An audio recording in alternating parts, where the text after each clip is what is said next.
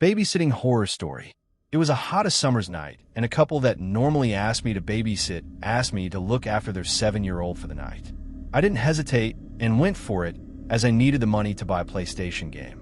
As I got there, nothing that was unnormal. They had said they'd been inside all day watching Game of Thrones, and the man had said he had been working some DIY projects. We said goodbye to each other, and they went out for the night. The young boy I was babysitting wanted to watch television downstairs for a while, so we did. Everything seemed normal, except for a few moments I had heard creaks on the stairs. It really unnerved me, so I started checking the windows. I checked all of the windows downstairs, and then went upstairs to check them. However, they were all locked, and the creaking had ceased, so I went back to the lounge. I felt a bit unnerved, so I told the young boy to go to bed. He told me he would, but only if I played some games and read a story to him before, so I said yes. The weird creaking noises had stopped by then, and I felt pretty relaxed. We played on his PlayStation for a little while on the floor, and then I tucked him in and sat on the edge of the bed and read him a story. He wanted a horror story, specifically, so I read it to him. When the story had finished, he told me he didn't want me to leave and that someone was watching him. I told him Noon was watching him, but then he told me that there's a monster under the bed. Again, I told the monsters don't really exist and that it is all made up. He kept insisting I look under the bed. I told him I didn't need to and that there aren't any monsters under the bed. He kept insisting I look under the bed, so just to please him I did, and then I saw a man hiding under the bed. He was about 50 years old and looked creepy and evil. He grabbed me by the shoulders and rattled me back and forth. His eyes looked so angry, evil, and they were jet black. Eventually, I managed to get him off me, but then he went for the child. I grabbed the nearest thing near me, which was a lamp, and hit him with it. He let go of the child, and then he had escaped. I followed him to see where he was going. He had ran down the stairs and exited through the front door. So I realized I had to think quickly. I ran to the window above where this was. However, I didn't see him leave from the front door, which was weird. So he ran through the front door, but disappeared from there, which is super weird. It made me think, was he actually real? How did he disappear so quickly? Anyway, as soon as he had left, I had rung 911, and they came immediately. Luckily, the house had CCTV, so the police took this, and me and the kid explained what happened. However, a week after the police said, despite there being cameras all over the house, they did not show anything of what had happened. We were in complete shock. An even weirder thing was that the same thing had apparently happened to a family in the next town near us. However, the police couldn't find any evidence for them either. Haunted babysitting story number 2. It was the summer. I was 15 and my parents' friends had wanted me to babysit their young daughter for them. I had broken up from school for a summer break, so thought why not?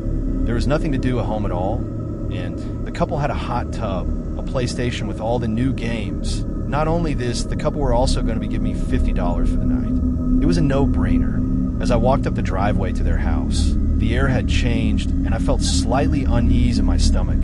I couldn't explain, but I felt really uneasy as if something bad was going to happen. Things felt very tense. I'm normally a pretty chilled out guy and don't tend to let things bother me, but I couldn't help but feeling I wanted to just get this night out the way as quickly as possible and get $50, so I just shrugged it aside, thought I could get through it. I didn't know the couple and the kid that well, but they seemed nice enough, if not a little strange in a way I cannot describe. They all seemed very upbeat and giggly. I didn't think much of it. As they left, me and the child watched television together.